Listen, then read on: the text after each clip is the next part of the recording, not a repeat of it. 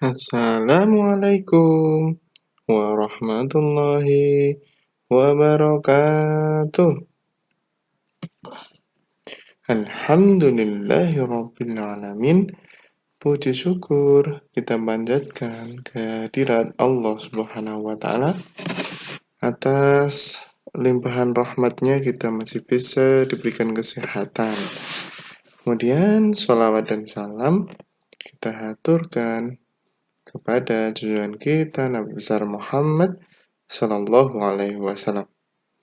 Hari ini kita akan belajar sejarah kebudayaan Islam, yaitu Ali bin Abi Thalib, yaitu pembelajaran yang ketiga, ya, SKI kelas 6. Jadi Ali bin Abi Thalib, Khulafaur Rasyidin yang keempat. Kemudian pertemuan yang lalu kita telah belajar tentang Utsman bin Affan. Sebelum memulai kegiatan, marilah kita berdoa dengan membaca surah Al-Fatihah. Marilah kita membaca surah Al-Fatihah terlebih dahulu. Bismillahirrahmanirrahim. Alhamdulillahi Rabbil Alamin. Ar-Rahmanir-Rahim. Maliki Yaumiddin. Iyyaka na'budu wa iyyaka nasta'in. Ihdinas siratal mustaqim. Siratal ladzina an'amta 'alaihim ghairil maghdubi 'alaihim waladdallin. Amin.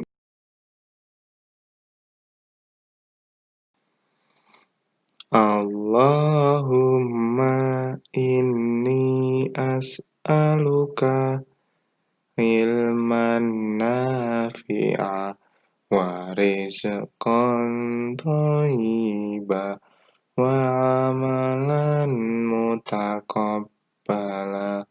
Ya Allah, sesungguhnya aku mohon kepadamu ilmu yang bermanfaat, rizki yang baik, dan amal yang diterima.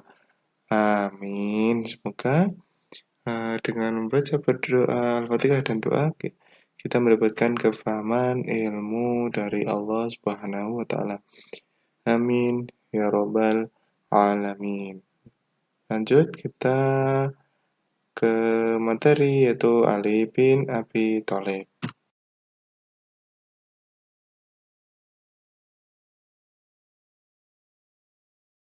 Yuk, di materi kali ini Pak Apri telah merangkum atau meringkas, yaitu poin-poinnya saja ya, tentang dari Ali bin Abi Thalib. Yang pertama, kelahiran dan masa kecil dari Ali bin Abi Thalib. Ali bin Abi Thalib itu putra dari pamannya Nabi Muhammad SAW, yaitu Abu Thalib. Beliau lahir di kota Mekah di daerah yang disebut sebagai Hijaz, tanggal 13 Rajab. Ibunya bernama Fatimah binti Asad. Ali bin Abi Thalib lahir pada tahun ke-10 sebelum Nabi Muhammad SAW memulai kenabiannya, atau pada sekitar tahun 600 Masehi. Pada saat lahir, waktu kecil, bernama Haidar bin Abu Thalib, yang artinya singa dari keluarga Abu Thalib. Namun Rasulullah SAW tidak begitu menyukai nama itu, dan beliau SAW memanggilnya dengan nama Ali, yang memiliki arti yang tinggi derajatnya di sisi Allah Subhanahu wa taala.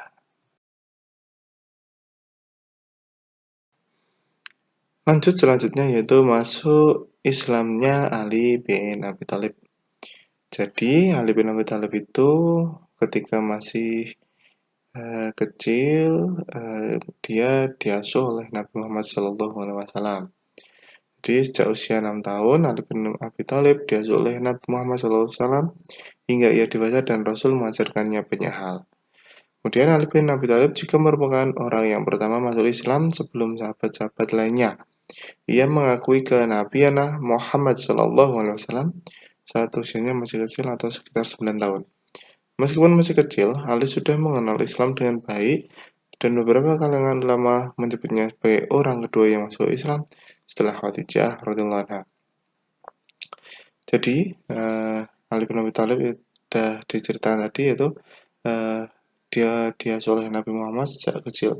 Jadi sudah tahu kebiasaan Nabi Muhammad SAW di dalam keluarga seperti apa, ya.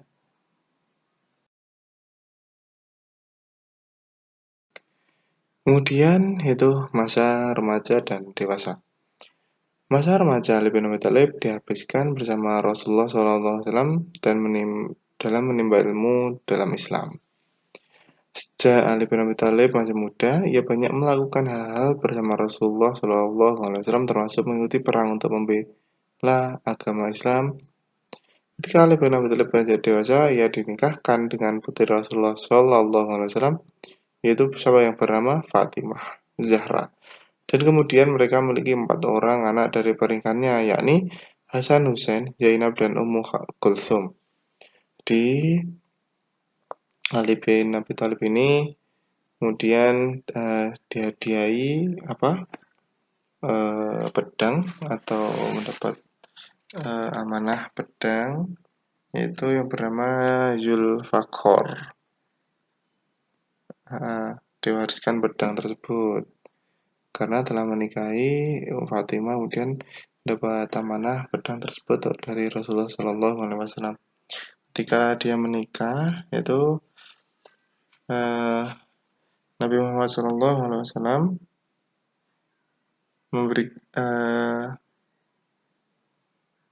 memberikan Ali, karena Ali tidak punya apa-apa, yaitu memberikan bantuan sekedarnya untuk persiapan rumah tangga mereka.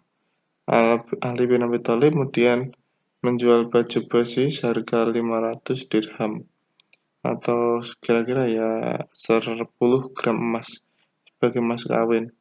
Ketika itu Ali bin Abi Thalib berusia 20 tahun, ya. Ya, bisa 20 kalau di buku kalian itu usianya 20 tahun, kalau di sini kira-kira 18 tahun. Berarti dalam beberapa riwayat bisa 18 tahun sampai 20 tahun, ya. Itu adalah masa remaja dan dewasa Ali bin Abi Thalib.